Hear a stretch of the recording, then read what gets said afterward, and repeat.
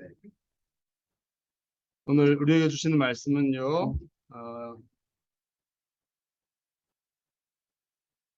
요한복음 21장 1절에서 14절 말씀인데, 저랑 한 구절씩 읽어 보도록 하겠습니다.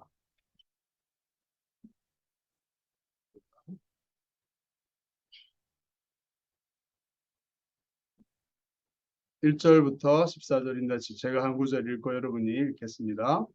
그 후에 예수께서 디베랴 호수에서 또 제자들에게 자기를 나타내셨으니 나타내신 일은 이러하니라.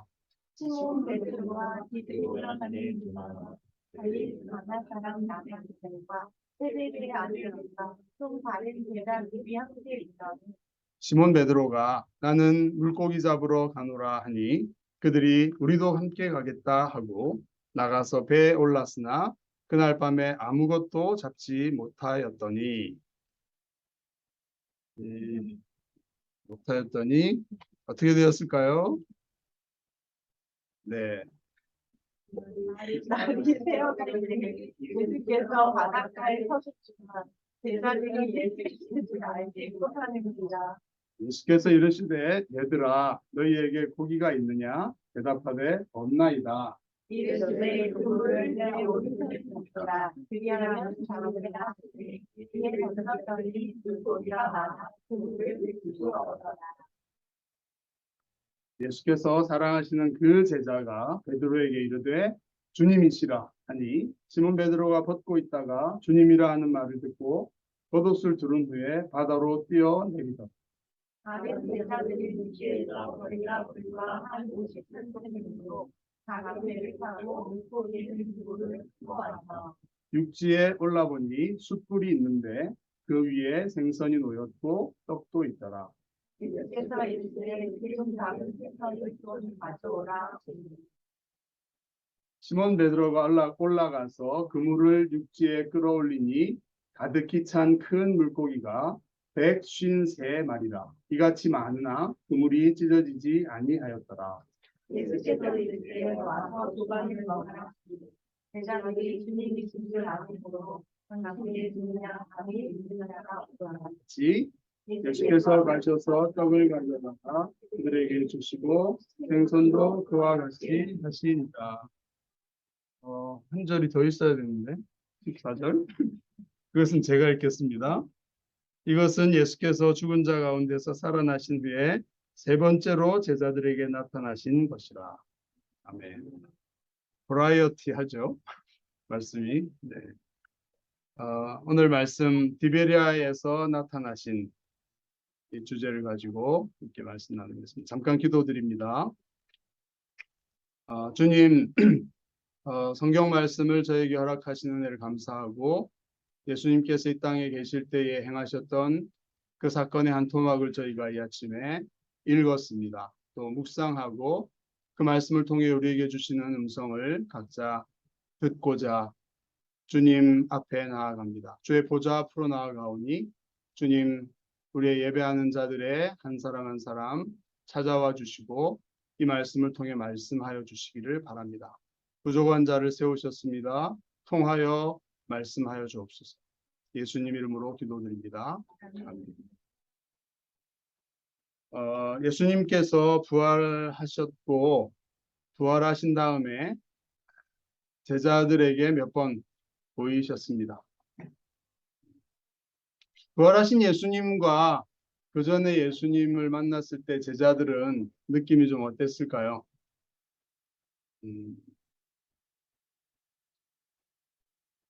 문들이 다 닫혀 있는데 예수님이 그 가운데 이렇게 나타나시고 이렇게 하셨죠. 예수님이 부활하시기 전에 육체를 가지고도 그렇게 하실 수 있었을까요? 하실 수 있었을 거라고 생각합니다. 그렇지만 그 자연의 법칙과 그 한계 속으로 우리와 똑같은 인간으로 오셨죠. 갓난아기로 오셨습니다. 그렇기 때문에 그렇게 막 신비한 일을 필요할 때는 기적을 베풀기도 했지만 막 이렇게 신비한 일을 막 행함으로써 이 세상의 질서에 그 혼란을 야기하지는 않으신 것 같아요. 근데 부활하셨으면 이제 우리의 육체와는 완전히 다른 차원의 영광스러운 육체로 부활하셨는데 그분은 어디에 계셔야 할까요? 40일이 되시면 이제 오순절이 되기 열흘 전에 40일째 되는 날 승천하시죠. 지상에서 부활하신 이후에 40일간 계시면서 제자들에게 10여 차례, 그때는 개인에게도 나타나시고 그룹으로도 나타나시고 500여 형제에게 일시에 나타나기도 하시고 이 부활하셨음을 보여주시는 그런 일들을 하셨는데, 그리고는 공식적으로 하나님 보좌 우편으로 구름을 타고 승천하셨고 또 너희가 본 그대로 다시 오시리라. 우리는 그 약속을 기다리고 있습니다. 그렇죠? 우리 인류 전체는 우리를 완전히 구원하러 오실, 구원을 완성하러 오실 구주, 그분의 다시 오심을 기다리고 있는데, 이제 우리의 관심사는 그 40일 동안 주님의 부활하신 육체를 가진 주님은 어디 계셨을까? 이런 질문들을 해보죠. 사실 답은 없습니다. 어떤 장소에 계신 것은 아니고, 근데 우리가 알 수 있는 것은 제자들이 두려워서 얘기하고 있을 때, 그리고 도마는 없을 때 예수님을 만나고, 그 다음에 예수님이 또 보이지 않게 떠나가시고, 그랬지만 도마가 와서 예수님을 만났다는 얘기를 듣고 나는 못 믿겠어. 내 손가락을 못자국에 내 손을 그 옆구리에 넣어보지 않고는 믿을 수가 없어. 이렇게 말하는 얘기를 주님이 다 들으셨죠. 그래서 그 다음 주에 나타나셔서 도마에게 네 손가락을 내밀어서 도마가 했던 그대로 말하시면서 네가 말한 그대로 해봐라 이렇게 하셨어요. 그러니까 거기서 알 수 있는 것은 부활하신 주님이 제자들을 떠나지 않으시고 그들 가까이에서 듣고 함께 계셨다는 것을 보여주죠. 오늘은 그 여러 사건들 중에 디베리아라고 하는 곳에서 다시 몇몇의 제자들에게 나타나셨던 그 사건, 그것을 기록하고 있는 부분입니다. 여러분, 디베리아 호수는 어딘지 아시나요? 갈릴리 호수랑 디베리아 호수는 같은 것입니다. 바다라고도 번역되어 있는데 히브리어로는 바다랑 호수가 같은 용어를 쓰고 있어요. 그래서 이제 바다라고도 알려져 있지만 사실 바다는 아니고 굉장히 큰 호수고 어, 어, 그 이름은 갈릴리 지역에 있었기 때문에 갈릴리 호수인데, 디베리아 호수는 이 티베리우스라고 하는 로마 황제가 그 이름을 따서 지은 티베리아라고 하는 해안 도시가 있었고요. 그 앞에 호수를 일컬어서 디베리아 호수다 이렇게 했는데 같은 호수인 거죠. 그 앞에서 예수님이 제자들에게 이렇게 다시 나셨다 이런 말입니다. 그 배경은 시몬 베드로가 중심에 있습니다. 시몬 베드로가 예수님의 부활하신 것을 목격하고, 예루살렘이었죠. 돌아가시고 3일째 되던 안식 후 첫날 새벽에 여인들이 부활하신 예수님을 만났고, 그날 저녁에 도마를 뺀 열 제자가 또 부활하신 예수를 만났고, 그 한 주간 후에 도마를 포함해서 예수 만났고, 그 다음에 이 제자들은 갈릴리 지역으로 이동해 있습니다. 왜냐하면 예수님께서 여인들에게 제자들을 만나서 예수님이 다시 살아나셨고 약속대로 갈릴리에서 만나자고 하신다고 전해라 이렇게 했거든요. 그래서 갈릴리에서 예수님이 부활하신 주님이 만나자 이렇게 말씀하셨습니다. 왜 갈릴리로 가라고 하셨을까? 그런 질문을 하신다면 굉장히 훌륭한 질문이죠. 네. 예수님께서는 갈릴리에서 제자들을 만나기를 원하셨습니다. 그날 밤에도 만나셨는데 왜 갈릴리로 제자들을 보내셨고, 걸어가면 며칠 걸리죠. 그 갈릴리 지역에서 예수님은 다시 제자들을 만나려고 하는 이유가 무엇이었을까요? 언제 어디서 어떻게 만나자는 얘기도 잘 없어서 제자들은 갈릴리로 이동은 한 것 같습니다. 근데 어느 날 그러던 중 베드로가, 같이 있던 사람들이 이름이 나오고 있어요. 공모자들이죠. 디두모라고 하는 도마. 디두모는 쌍둥이라는 뜻인데 도마가 쌍둥이였는지 모르겠습니다. 하여튼 도마, 갈릴리 사람, 가나 사람 나다나엘과 세베대의 아들들. 세베대의 아들들은 야고보와 요한이죠. 그리고 다른 제자 둘. 이 요한복음을 썼던 사도 요한이 세베대의 아들이죠. 거기에 포함되어 있는데 총 몇 명입니까? 하나, 둘, 셋, 넷, 다섯, 여섯, 일곱. 일곱 제자가 같이 모여 있다가 갑자기 베드로가 3절에 보니까 나는 물고기 잡으러 간다. 그렇게 말을 합니다. 그러니까 그들이 우리도 함께 가겠다. 이렇게 말하죠. 나가서 배에 오릅니다.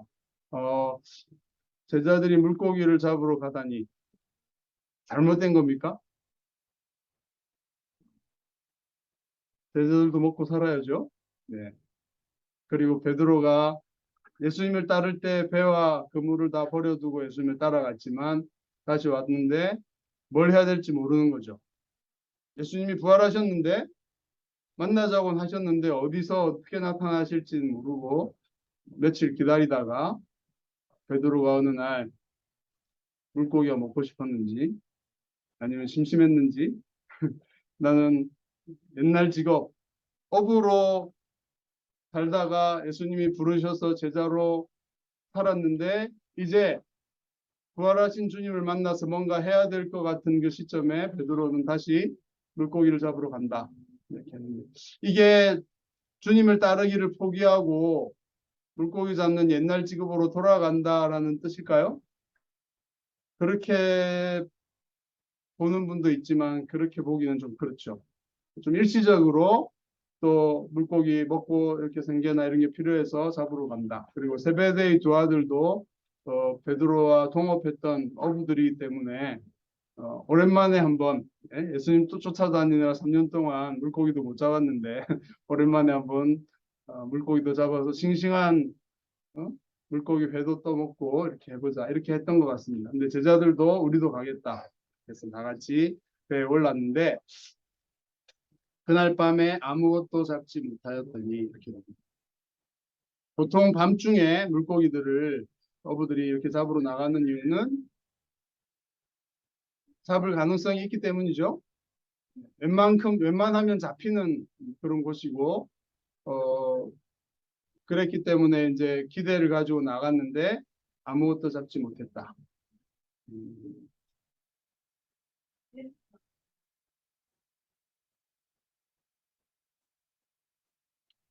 날이 새어갈 때까지 고기를 잡은 것 같고, 그때까지 한 마리도 못 잡았습니다. 바닷가에 예수님께서 서셨죠. 근데 제자들이 예수님인지 잘 인식을 못하고 있습니다. 좀 어스름했는지 모르겠고, 좀 멀리 있었으니까 예수님께서 말을 건네십니다. 얘들아 너희에게 고기가 있냐? 잡은 고기가 있냐? 보통 고기가 잡히고 그러면 새벽에 일찍 와서 새벽 어시장에서 물건을 구매하기 위해서 부르는 사람들이 있을 수 있으니까 아마 그런 사람으로 생각했을 수 있죠. 근데 고기는 한 마리도 없습니다. 근데 갑자기 그물을 배 오른편에 던져라. 그리하면 잡으리라. 이렇게 말씀하시니까 제자들이 별 생각 없이 누가 그렇게 하라고 하니까 던져본 것 같습니다. 근데 물고기가 많아서 그물을 들 수 없게 되었죠. 예수님께서 이런 방식으로 제자들에게 나타나셨는데 왜 이렇게 나타나셨을까? 갈릴리에서 물고기를 잡는 이 모습으로 그 가운데 예수님이 나타나셔서 이렇게 말씀하시고 근데 엄청나게 물고기를 잡은 일. 여러분 생각나는 사건 없으십니까? 이런 거 비슷한 데자뷰가 좀 있었는데 예, 2000년하고도 뭐 몇십 년 됐기 때문에 잘 생각이 안 나니까. 예. 복음서를 처음 마태복음 읽다 보면 처음에 예수님이 제자들을 만나실 때 그 장면이 나오죠. 구체적으로는 누가복음 5장에 보면 5장 4절은 누가복음입니다.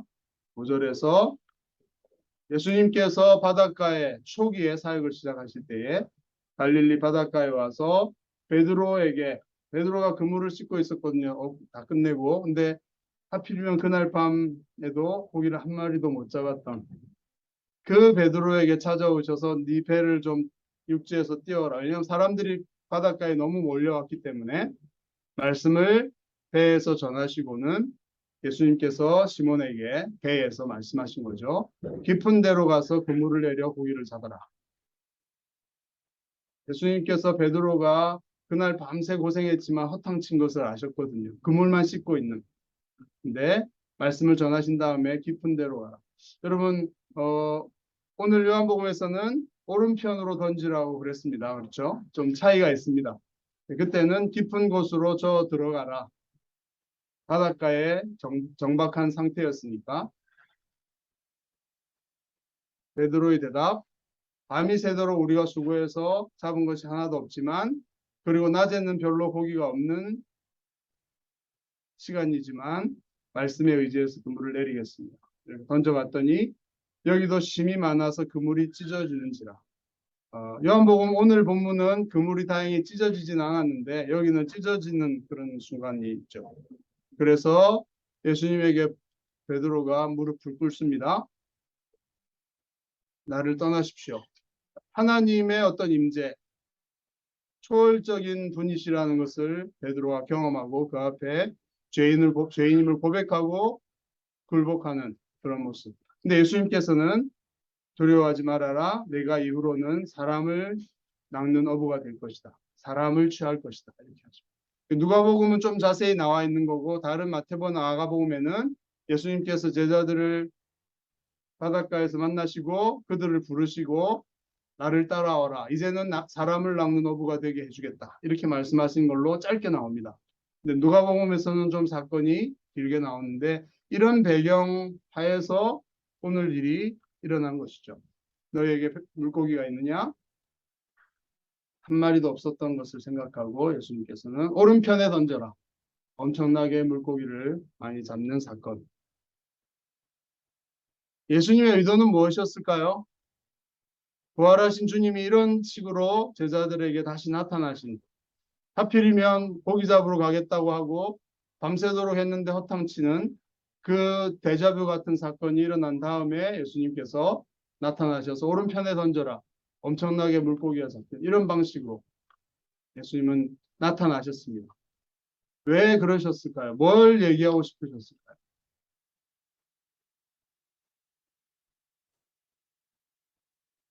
책망하신 것일까요? 예수님이 딱 기다리셨다가 애들이 내가 너희를 사람을 낚는 업으로 불렀는데 어떻게 하나 보자 하다가 고기 잡으러 갔지. 이놈들 이렇게 하신 걸까요? 제자들은 사실 부활하신 예수님을 만났지만 굉장히 혼란스러웠습니다. 왜냐하면 유대교적인 가르침 속에서 부활은 세상의 종말에 일어날 일이었거든요.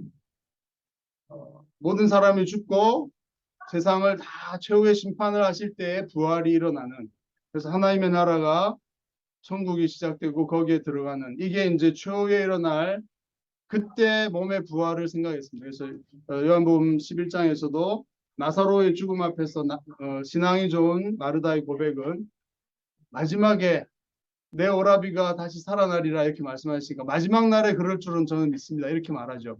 그럼 그 당시에 모든 신앙의 기대치는 부활이라는 것은 종말에 일어나는 것이다. 썩더라도. 그래서 부활하려면 좀 성전에 좀 가까운 데 무덤이 있어야지 좋아. 이래가지고 성전 가까운 데 무덤도 쓰고 뭐 이런 식으로 해왔던 게 유대교였는데 예수님이 부활하셔서 부활한 몸을 보여주니까 도대체 어떻게 된 거냐? 이제 종말이 온 거냐? 끝난 거냐? 근데 세상은 그대로 있고 부활하신 주님은 또 사라지시기도 하고 도대체 이게 어떻게 신학적으로도 굉장히 혼란스러웠고 제자들이 도대체 뭘 해야 되는지 갈피를 잡지 못하고 있었던 거죠. 그런 제자들에게 예수님은 처음 부르셨을 때 3년 전에 부르셨을 때의 그 모습을 다시 재현하도록 이렇게 해주시는 거죠. 내가 너희를 사람을 낚는 업으로 불렀지 않냐. 그리고 이제야말로 부활하신 주님이 권세와 능력을 얻으시고 하나님 보좌에 좌정하심으로써 하나님 나라가 힘있게 시작되고 이제 너희가 나가서 사람을 낚을 때가 되었다. 이것을 다시 한번 생생하게 경험, 사람이라는 게 머리로 지식으로 하면 다 잊어버립니다. 여러분 고등학교 때 배웠던 뭐 공부들 외우고 시험했던 거 그냥 머릿속에 있는 거기 때문에 다 없어지죠. 그렇지만 몸으로 익힌 것은 때가 되면 바로 나오지 않습니까? 그래서 어부들에게 다시 예수님께서 예루살렘에서 너희들 어부가 되어야 돼, 사람을 낚으러 가야 돼 이렇게 말하시면 머리로는 알겠지만 그것보다는 갈릴리에서 처음 출발했고 예수님께서 제자들에게 주로 가르치시고 말씀하셨던 그 하나님 나라의 비전과 그 말씀들을 다시 떠올리고 새롭게 진짜 예수님께서는 떠나시지만 제자들이 새롭게 출발하고 첫 사명과 나갈 비전을 가지고 새 출발할 수 있는 가장 적절한 장소는 처음 부름받았던 갈릴리였다. 그리고 그 배였다. 내가 너희를 사람을 낚는 업으로 부른다. 이렇게 처음 부름받았던 그곳으로 주님은 보내셨고 거기서 주님을 만나신 것이다. 이렇게 말하시고 있습니다. 그리고 그 모습을 재현함으로써 부활하신 주님 앞에서 내가 무엇을 할 것인가 혼란스러웠던 그들이 명확하게 주님의 의도와 뜻을 경험적으로 다시 한번 체험하는. 그래서 옛날에 한번 고기를 엄청 잡으면서 부름받은 것을 했던 것을 다시 리마인드하기도 하고 부활하신 주님을 통해서 고기를 잡은 이 사건을 통해서 내 직업이 내 부름받은 사명이 사람을 이처럼 낚는 것이구나. 이런 것들을 새롭게 온몸으로 생생하게 경험하는 그런 시간이었다. 그 사건을 경험한 사랑하시는 그 제자 사도 요한으로 이해하고 있는데 요한이 주님이시다 이렇게 말하죠. 그때 있었던 사람이죠. 베드로뿐 아니라 야고보와 요한이 예수님이 그렇게 하셨을 때 배가 막 그물이 찢어지니까 친구한테 도와달라고 해서 그때 달려갔던 제자가 누구냐 하면 야고보와 요한이 자기 배를 끌고 가서 도와줬거든요. 베드로를. 그 사건을 생생하게 경험했기 때문에 이 사도 요한이 주님이시다 이렇게 말한 거죠.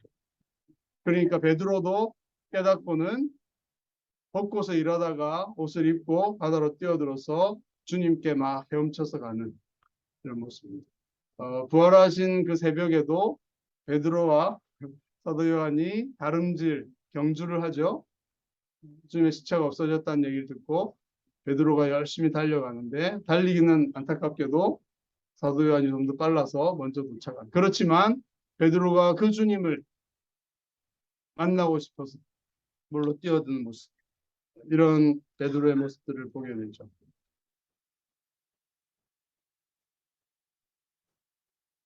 우리의 이야기로 생각해 보면 2000년이 지났지만 주님께서는 우리에게 오늘 이 말씀을 통해 무엇을 얘기하고 싶어 하실까? 여러분 우리 모두가 하나님을 믿고 주님의 자녀고 주님의 제자가 되었다면 주님이 부르셨던 때가 있으셨을 겁니다. 20대였나요? 주님의 부름을 받았다고 느끼는 주님께서 나를 불러서 내 제자가 되라. 그리고 너를 통해서 뭘 하겠다. 이렇게 말씀하셨던 적이 있었다면 오늘 이 제자들처럼 부활하신 주님, 주님이 부활하셨고 살아계시는데도 불구하고 우리가 그 사명과 주님의 부르심을 우리의 삶에 일치시키지 못하고 우리의 삶에서 그것을 생생하게 이루어 나가지 못하고 있다면 우리 주님께서는 갈릴리에서 다시 만나자 그렇게 우리를 부르실지도 모르겠습니다.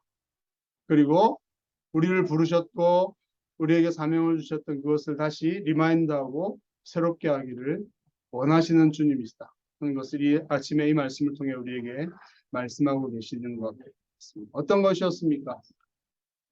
여러분 언제 주님의 제자로 주님의 자녀로 하나님의 백성으로 부름을 받으셨나요? 그리고 그것은 어떤 내용이었습니까? 지금 그것을 따라 잘 살고 계십니까? 주님께서 다시 그 비슷한 상황, 그 CCC라고 하는 대학생 선교회에서는 갈릴리 마을 그 숲속에서 주님이 부르셨다 이런 제자들의 노래를 한 다음에 2절은 미류나무 우거진 그 숲속에서 이건 이제 CCC에서 주로 대학생들이 여름이 되면 무슨 서해안에 거기서 집회 주로 하는 곳에서 예수님의 부르심과 제자로서의 소명 이런 것들을 주로 수련회 때 선포했고 그것을 받고 거기에 헌신한 CCC맨들, C맨이라고 부르죠. 그런 사람들이 주님의 제자로 부름받았던 그것, 그 장소, 음, 이제 그 노래 그것이 이제 녹아 있는 거죠. 우리에게도 그런 주님의 부름을 받았던 것들이 생생하게 있을 것인데 바로 오늘 이 말씀은 그것을 떠올리게 해 주기를 원하신다. 그리고 처음 주님께 부름받았고 복음을 정말 깨닫고 주님을 위해 살기로 삶을 결심했던 그렇지만 부활하신 주님 십자가로 끌려가시는 주님 앞에서 베드로 오늘의 주인공인 베드로는 예수님을 부인하기도 하고 좌절감도 있었고 또 어떻게 해야 될지 혼동과 실패감과 이런 것 때문에 무엇을 해야 될지 혼란에 빠져 있던 그런 상황에서 주님은 다시 데자뷰 같은 상황 속에서 주님은 다시 그들을 부르시기 원하시고 그 부름을 새롭게 하기 원하시고 그 부름 우리는 하나님 앞에서 진실하지 못했던 그런 10년, 5년, 몇 개월 이럴 수 있었지만 주님은 여전히 변함없이 처음에 계획하셨던 그대로 우리를 다시 부르시고 그 사명과 그 비전을 우리를 통해 이루기 원하신다. 그 말씀을 우리에게 들려주고 싶어 하시는 것입니다. 어떤 것이었는지 이 말씀 앞에서 여러분들이 각자에게 주님께서 오른편으로 그물을 던져봐라 이렇게 하시는 말씀들을 들으실 수 있기를 바랍니다. 새롭게 할 수 있기를 바라고 그때를 기억하시기 바랍니다. 가보니까 예수님께서 숯불을 피워놓으셨고요. 생선도 있고 떡도 있더라. 생선도 굽고 떡도 있고. 근데 예수님께서 지금 잡은 생선 좀 가져와라. 제자들을 위해서 예수님께서 부활하신 주님께서 생선도 드신 분이시지만 또 제자들을 위해서 생선을 직접 구우시고 손으로 아침 브렉퍼스트를 준비해 놓으셨죠. 그리고 지금 잡은 생선 더 싱싱한 거 가져와라. 내가 구워줄게. 이렇게 셰프가 되셔서 제자들 서빙하시는 이런 모습들로 초대하고 계시는 것을 보게 됩니다. 베드로가 올라가서 그물을 끌어서 육지로 끌어보니까 가득히 찬 큰 물고기, 엄청나게 큰 물고기가 몇 마리라고요? 153마리. 153. 어디서 보셨나요? 모나미 볼펜 사시면 거기에 모나미 153 써 있습니다. 그분이 크리스찬이신데 어떤 상징적으로 거기다 쓴 거죠. 하나님께서 축복하시고 함께 하셔서 이 사업이 주님의 손에 의미 있는 그런 사업이 되기를 원한다. 이렇게 이제 한 거죠. 그래서 153 이렇게 되어 있는데 뭐 그 사람은 그렇고 이렇게 엄청나게 큰 물고기 153마리, 7명의 제자, 예수님 포함 8명이 다 먹기에 많은 큰 물고기 한 마리로 그냥 일회용 식사가 될 정도잖아요. 근데 153마리가 되면 굉장히 많은 그런 것을 경험하고 예수님께서는 그것들을 다 제자들에게 먹을거리로 이렇게 잡게 해주셨던 것이죠. 그리고 따뜻하게 조반을 차려 주셨습니다. 떡도 주셨고 생선도 주셨고. 근데 제자들이 주님이신 줄 아는 거로 당신은 누구냐 감히 묻는 자가 없더라 이런 말. 근데 이 표현은 왜 있을까요? 부활하신 예수님은 예전에 같이 예수님과 같이 식사하고 했던 그 예수님과 같은 분이었을까요? 모양이 좀 달라졌을까요? 제자들이 마음으로는 그분인 줄 알지만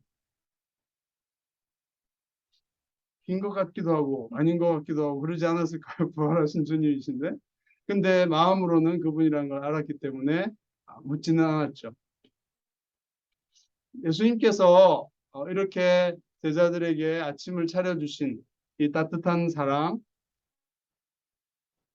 밤새도록 장정들이 일하고 배고픈 그 시간에 떡과 숯불도 피워놓아서 따뜻하게 그리고 지금 잡은 생선도 구워주시고 이렇게 하시면서 이제 예수님이 다음 주에 우리가 볼 부분은 베드로랑도 심각한 얘기를 하시거든요.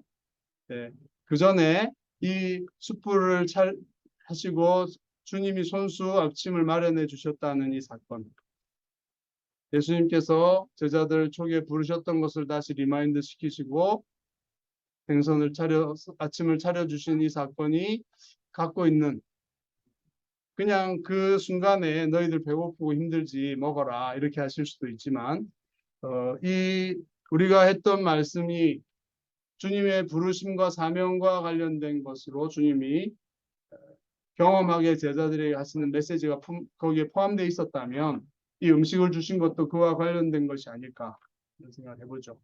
요한복음 6장에 보면 오병이어의 기적이 나오는데 거기도 떡과 생선 하나이가 싸왔던 도시락을 5천 명에게 풍성하게 먹이시는 그것과 좀 관계가 있을 수도 있겠죠. 관계가 있다면 어떤 관계가 있을까요? 주님께서 하시는 사역은 사람들을 배불리 먹이는 내가 생명의 떡이다. 내가 진정한 음료, 내 피가 음료고 내 살이 진정한 양식이다. 예수님을 부활하신 주님, 죽으시고 부활하신 그 주님의 복음을 사람들에게 나눠주는 일이 사람들을 정말 복되게 하고 배불리게 하고 행복하게 만드는 그런 일이다. 예수님께서 5천 명을 먹이셨던 것처럼 이제는 너희가 나눠줘라. 너희가 먹여라. 이렇게 말씀하셨었죠. 그때도. 그런 것처럼 이제 내가 너희에게 주는 이것처럼 너희가 가서 생명의 떡이신 예수님의 복음을 통해 나눠주라. 이렇게 말씀하신 것일 수도 있겠고. 그 다음에 4장에서는 사마리아 여인에게 복음을 전하실 때 제자들이 예수님을 드릴 먹을 것을 사러 갔다가 가져오니까 예수님이 안 먹겠다고 하시죠. 왜냐하면 내게 너희가 알지 못하는 양식이 있는데 그것은 나를 보내신 하나님의 뜻을 행하고 그의 일을 온전히 이루는 것이 나의 양식이다. 이렇게 말씀합니다. 그래서 양식을 먹을 것을 이렇게 주시면서 진정한 주님이 누리고 먹으셨던 그 에너지원, 진정한 양식이 무엇인지 제자들에게 말하고 싶은 것이었을 수도 있겠습니다. 아니면 마태복음에서 너희가 복음 전하러 갈 때에 전대나 은이나 이런 돈을 가진 배낭이나 옷이나 다 챙길 필요가 없다. 일꾼이 자기의 먹을 것은 받는 게 당연하기 때문이다. 그래서 예수님께서 너희가 나의 부름을 따라 소명을 따라 살아간다면 내가 이렇게 공급해 주마. 이런 것을 보여주시는 것일 수도 있겠죠. 주님께서는 제자들을 새롭게 부르셨고 그 사명을 따라 살아가기를 원하셨습니다. 그리고 그들에게 갈 수 있는 힘을 먹을 것을 통해 공급해 주셨습니다. 오늘날 우리에게도 우리의 사명이 어떤 것이든지 특별히 새롭게 개척하시는 목사님과 그 가정과 그 교회를 축복하며 주님께서 사명을 맡기시고 부르심이 분명하다면 모든 것을 거기에 필요한 모든 경비와 모든 것들을 예비하시고 채워주신다 하는 것들을 이 맛있는 아침, 신선한 아침 식사를 통해 느끼게 해주시지 않았을까요? 네. 그렇게 함께 하시리라고 믿습니다. 주님은 일만 시키고 먹을 것도 안 주고 맨날 배를 곪게 하는 악덕 포용주가 결코 아니시기 때문이죠. 풍성한 것을 공급하시고 힘있고 행복하게 넉넉하게 12바구니가 남을 정도로 넘치게 공급하시고 그 일을 너희가 영광스럽게 감당해라 이렇게 하시는 겁니다. 복음 전할 때 그런 마음으로 하셔야 되겠습니다. 한번 와보실래요?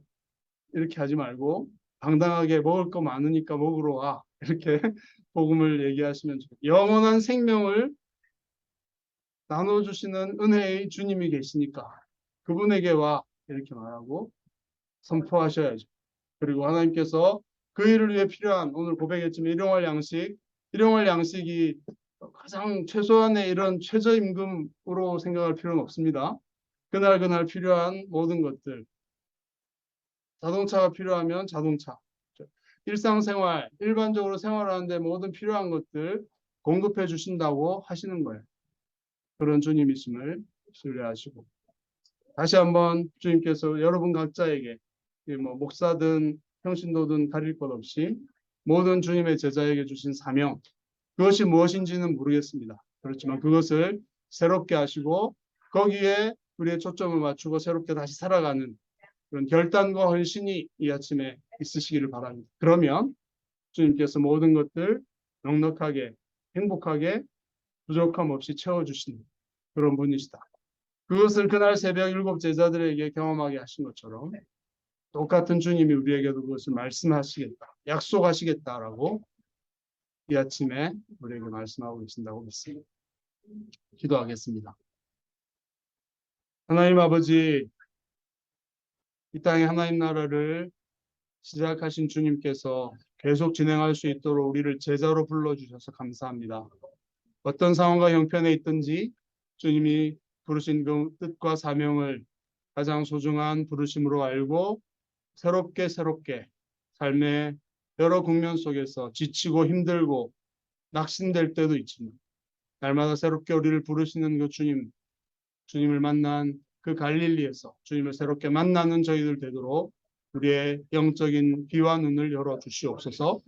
그 사명의 가치를 다시 깨닫게 하시고 새롭게 헌신하게 하시고 또 주님께서 먹거리로 넉넉하게 격려해 주신 것처럼 우리를 격려해 주셔서 주님의 길을 가기에 부족함이 없도록 채워주실 줄 믿습니다. 우리의 적은 헌신과 순종을 통해 응답을 통해 이 땅에 주의 나라가 아름답게 이루어지며 주의 복이 땅 끝까지 퍼져나가도록 또한 우리를 이 시대에 사용해 주실 줄 믿습니다.